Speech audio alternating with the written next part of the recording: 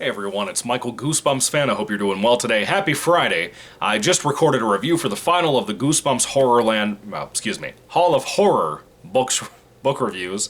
Hall of Horrors has been pretty consistent.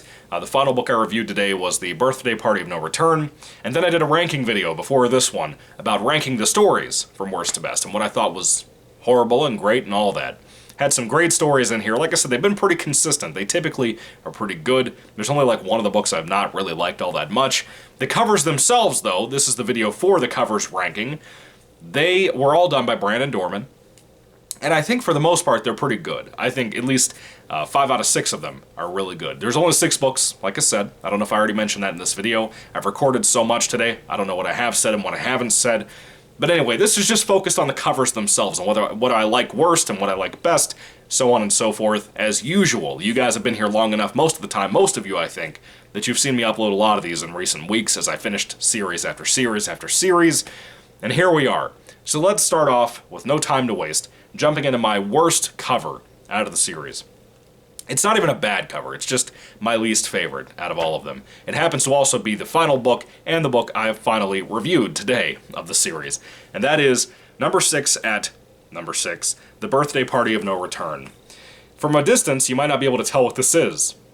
And let me tell you, I like the blue color scheme, I like the purple and the green, very Goosebumps-like, right? Even in modern day Goosebumps, it's very Goosebumps-like, I like it a lot. But it's basically a vulture claw holding a knife cutting a birthday cake. The book itself is horrible. I hate this book, thought it was terrible, had like 1 or 2 things in it I liked, but the characters are horrible. There's so many things I despise about the book that it kind of made me dislike the cover even more, right? It's not the most beautiful thing, and I try to separate myself from the stories themselves and really justify the covers and what I think of those covers when I do these videos. And I gotta be honest with you when I tell you that I don't like this cover. Brandon Dorman is very talented, but this is one of the ugliest covers I've ever seen. To be fair, it looks better than some of the most wanted covers. I like the scheme of those things a little bit more, where they have like the red and black background and then the monster in the middle of the cover. I like all that more from most wanted, but the actual color schemes are kind of dull for those books. This one, however, has a nice color scheme. It's just the imagery sucks. Moving along to my number 5 pick. This one might surprise you that it's as low as it is. I love the green on this cover, but the cover itself is kind of dull, you know? That would be my number 5 pick, is Don't Scream. Excellent book. Really great concept, very digital, very technologically focused.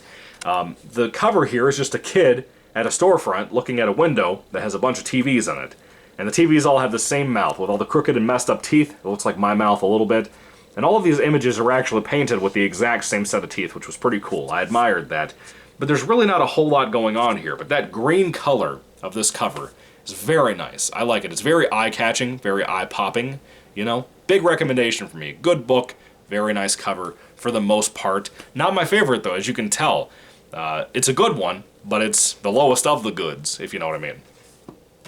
So, let's move on to my number 4 pick of this list. This book was okay. Not a big fan of the subject matter, as you guys know. I've complained about shrinking person stories over and over again. But my number 4 pick, I think, has a really good cover. One of the best more recent Goosebumps covers I've seen in recent years. That is Night of the Giant Everything. Yeah, that's just a big old spider with a lot of detailing eating a shoe, or wrapping up a shoe and a pencil and all of that. Even though I'm not the biggest fan of this book, it was cool for what it was. Even though I'm not a fan of shrinking person stories, it's not great either. It's fine. You know, it's very fine. It's above average, but it's fine. The cover, however, all the detailing, I'm not a bug fan. I'm not a spider fan especially.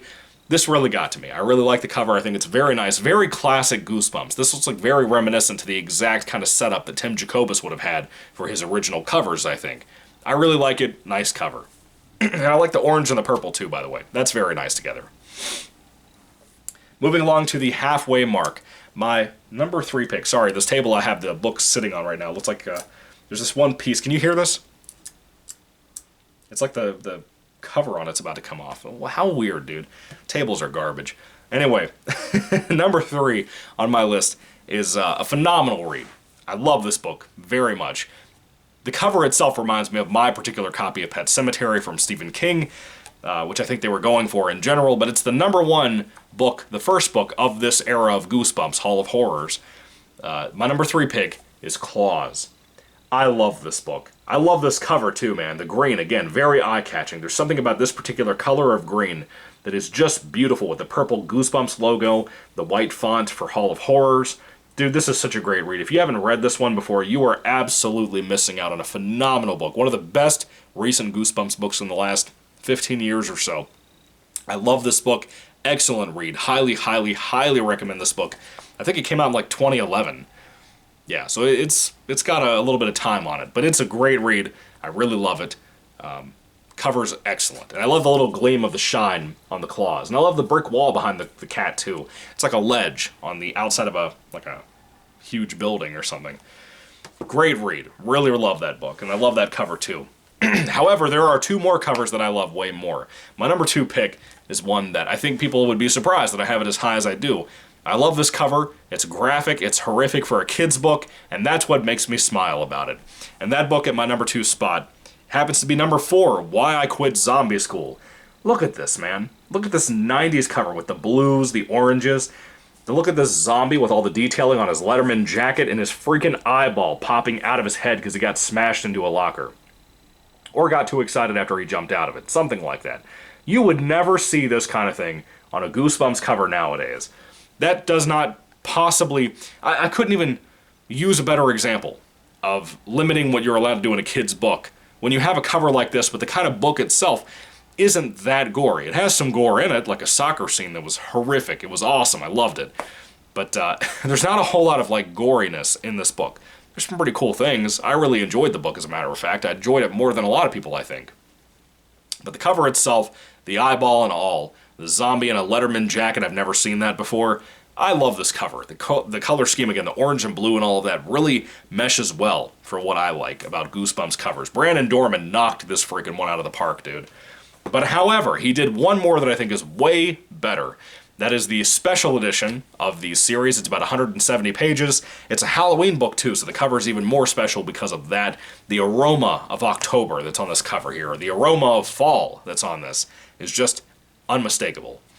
That number 1 pick for me is number 3 of the series. Again, a special edition book called The 5 Masks of Dr. Scream. I love how it looks like a black and white horror movie from like the 40s. I love that. It's a cemetery. There are masks hanging up. There's actually a skull mask right here. You have different things back here like this. Is it a wolf's head? Yeah, it's a wolf's head. I don't know if it's a mask, but I think it's supposed to be. But the cemetery, the grass, all of that, the red and white lettering to make it look like an old black and white film. And it's kind of holographic, too. I don't know if you can see up here, but it's very shiny. Very shiny. I love this cover, man. I've been looking at this book for years, since my grandmother, who passed away in 2015, bought it for me. I've wanted to read it forever, and I kept saving it and saving it. And I reviewed it, I think it was this week. I think it was this week, either this week or last week. And it was kind of a disappointing book, but man, the cover is unbelievably beautiful. I love this. Easily my favorite of the Hall of Horrors covers. One of my favorite covers of all time, as a matter of fact. You might not know that about me, but it's one of my favorite covers I've ever seen in Goosebumps. Beautiful, man. Beautiful. Anyway, that is pretty much it, folks. That is the end of my 6-book cover ranking for Hall of Horrors from Goosebumps and from R.L. Stine. I love the book series. Thought this series was very consistent. Like I said, about the quality of the stories, the quality of the covers, all of it was really good. I do recommend most of these books. Clearly not the one at the bottom of the barrel, the Birthday Party of No Return, which was... It made me not want to return, is what I'm trying to tell you. It's not good. It's not good. But anyway, have you read these books? I'd love to hear what you have to say about that down in the comment section down below. Even if you haven't read them, what would you rank the covers? Do you love these a certain order? Do you have just favorites and the ones you hate? What do you think about all of that? I'd love to see what your comments are down in the comment section down below. What your rankings are of these covers, all that stuff down below. Let me know your thoughts, opinions, all of that. Thank you guys for watching. Have a happy Friday. Have a good weekend. I'll see you guys next week.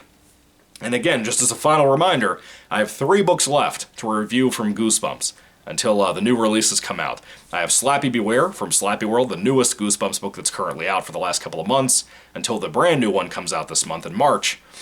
And I have that one, and then I have that's pretty much the end of story Goosebumps books. Then I have 2 autobiographies, one from Tim Jacobus and one from R.L. Stine, and then that's it.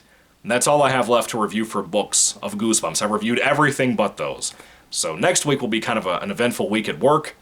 I'm going to try to wrap up all of this next week. We'll see what happens. But anyway, just wanted to remind you guys about that too, in case you forgot. I try to tell you guys at the end of every video so you know.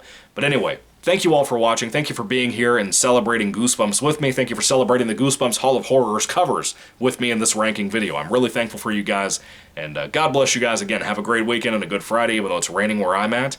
It's kind of dragging me down. I'm a little gloomy today, if you can't tell. Anyway, thank you for watching, guys, once again. God bless you all again, and goodbye.